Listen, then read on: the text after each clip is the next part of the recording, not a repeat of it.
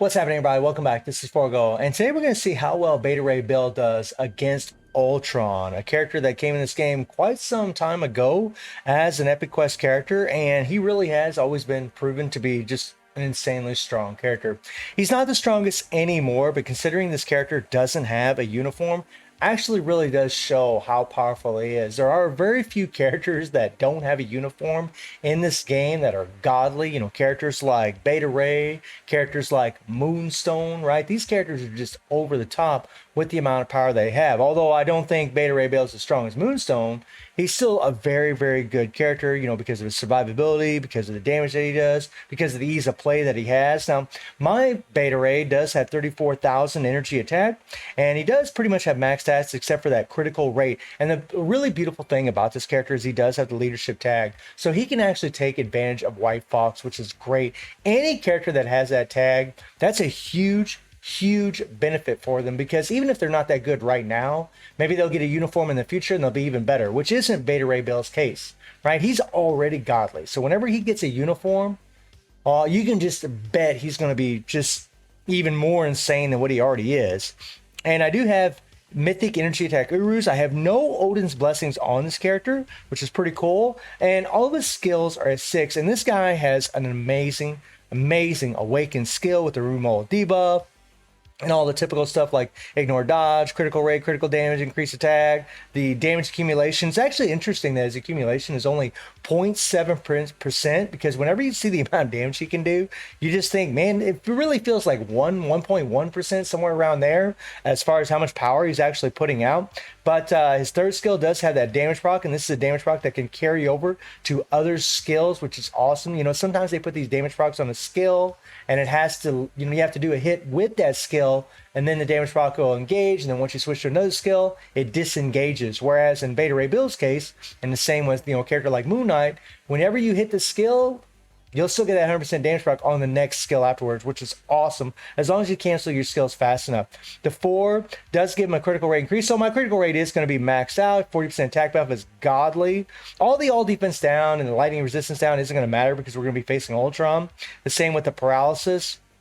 And then we have the invincibility on the 5th skill, and then of course his leadership is just godly. The 60% increase to lightning damage, just insane. And this passive is really what helps him as far as his survivability. We have the decreased basic damage received by 30%, and then also we have a 50% recovery of max HP heal every 150 seconds. That is a huge heal when your HP is below 45% or more. Sorry, buddy, not right now.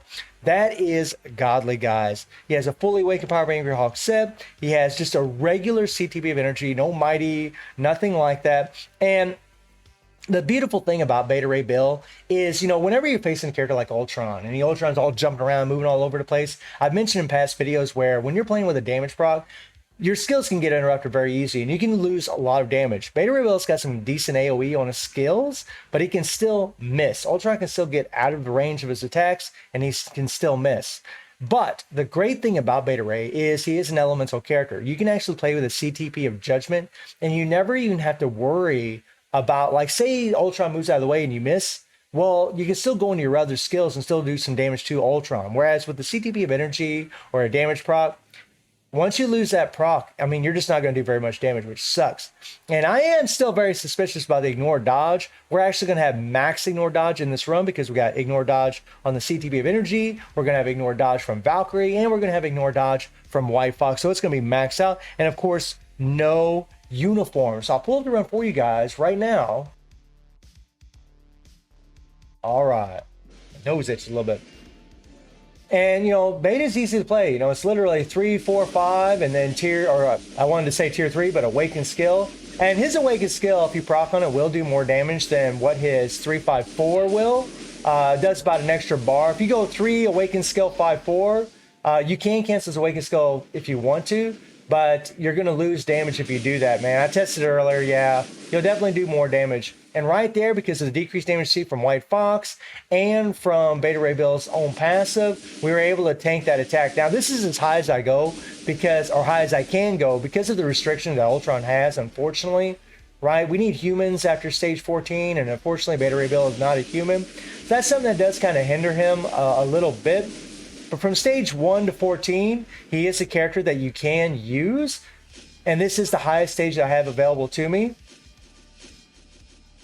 Oh yeah. And Beta does have some pretty decent movement speed. You know, you don't really have to worry too much about the character. And what I like to do, because he's an awakened character, is I'll just do one attack like in this phase, and then I switch to Valkyrie or whoever you're using, and just kind of run around and use these characters as fodder if I need to, or to avoid all these attacks. Ooh. Luckily, Valkyrie's got some decent movement speed. Always good to have a character with good movement speed when you're facing Ultron, man. He really can be a super irritating bastard. And there we go. And yeah, rock and roll, rock and roll, rock and roll. There's 1 bar, 2 bars, 3 bars, almost 4 bars of damage right there. And whenever I tested it, wherever he did a 3, or when I did the 3 awaken skill, 5-4, then he did about 3 bars. So an extra bar whenever you proc on the awaken skill. And I believe I get pretty lucky here, man. Whenever it starts on the bottom left, yeah, you can just go, you know, counterclockwise. Let's get him. And I love it whenever Ultron does these attacks where he sits in one place, so that way you can actually land your attacks. Beta Ray's 3-5-4 can get interrupted very, very easy. That bastard jumping in the center of the screen. That's all right. That's all right. We'll get him. We'll get him. He's going down. And I gotta say, once you start memorizing these stones, like the color stones and the certain attacks that they do, this does get a lot easier, man. You really want to watch those purple ones, because that's where the entire screen, he has a huge amount of area of effect, and he can do, you know, well, he just, you know, time freeze you and pretty much kill you. Oh yeah, oh yeah. I do love playing awakened characters, honestly. In some ways, I like them a lot more than characters with tier 3s. In some ways, in some ways. With tier 3 characters, depending on the character you're playing with, you can actually use your tier 3, you know, more often than what you're going to use an awakened skill, because you actually have a 30-second cooldown on that skill, right? But you get that initial start of damage at the very beginning of the fight, having the awakened skill available. I mean, it's kind of one of those, you know, things like this, as far as, you know, what you actually like more. Come on, bring it, bring it. Use your little teleports. Yeah. I always love the ones where you go counterclockwise. I always get screwed up with the one that goes, or I always get when they're going clockwise, but when they go whenever you have to go clockwise, that's when I get confused. Getting tongue twisted there. All right, go down, buddy. Ooh. I mean, Valkyrie, I mean, it's funny, whenever you get used to playing with Wave, Valkyrie actually seems slow, which is pretty funny, man. That's crazy, because Valkyrie's actually pretty fast, man. She got some pretty beefy legs. Uh-oh. This here, honestly, is probably the worst attack of Ultron, in my opinion. That damn thing can be pretty vicious. But really, if you just switch your character, it's not so bad. Nose itches a little bit. Alright, I'm going to try to get in a little bit more damage, if I can here. There, I kind of screwed up and hit my 3, 4, 5. You really want to go 3, 5, 4. Nice. But Beta does pretty good here, man. He actually does fairly well against Ultron, because he does have decent AoE. He does have really good survivability. He's a really good character for it. I don't think he's the best character, because his requirements are kind of shady, you know. The fact that he's an alien, that kind of hurts him a little bit early on in the fights. But I mean, you know, you can go all the way up to stage 14. You know, we have 35 seconds to spare. And I do have 25% Pierce on my account, right?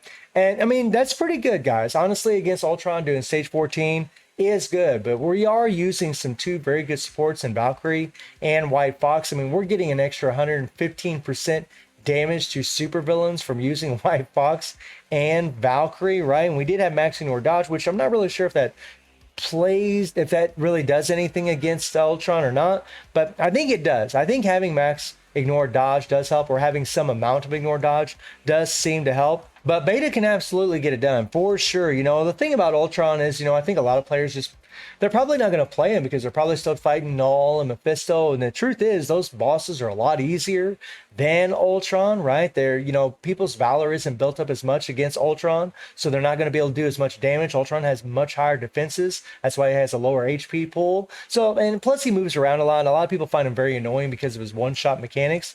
And that's kind of the thing about Ultron, right? I really love playing him because he's completely different from Mephisto and Null, right? Plus, we played the living hell out of Mephisto and Null, and it's just really nice to play a different world boss. So for me, I'm having a lot of fun facing him, even though I'm getting super annoyed fighting him. But I think for a lot of players out there, they're probably skipping on Ultron a little bit because he is much more of a nuisance than Null and Mephisto. So let me know what you all think about Beta Ray build, getting it done. And I do stream on Twitch at 9 p.m. GMT plus 7 time. The link is in the description below. And I hope you enjoyed the video. Thank you for watching. Y'all take care and have a good one. See you, everybody.